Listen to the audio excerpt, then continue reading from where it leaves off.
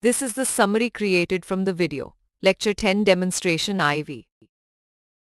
The lecture begins by revisiting Java programming, having extensively covered various aspects, key concepts, and specific topics related Java in the previous session.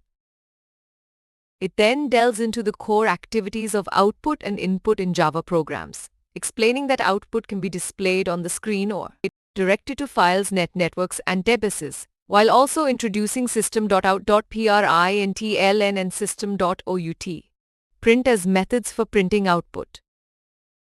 The lecture continues by exploring system.out.printf for printing formatted output, highlighting the differences between println and print, as well as demonstrating string concatenation and printing newling characters.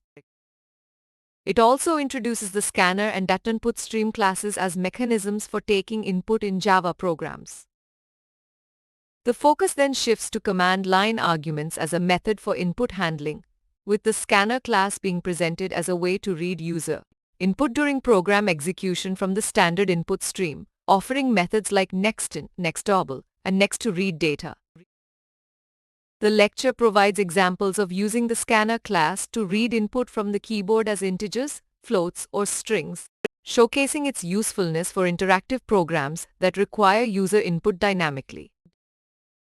Finally, the dataInputStream class is explored as another means of reading user input, including a demonstration of handling input exceptions gracefully using try-catch blocks, and an example of calculating interest based on user-provided values of principal, rate, and years.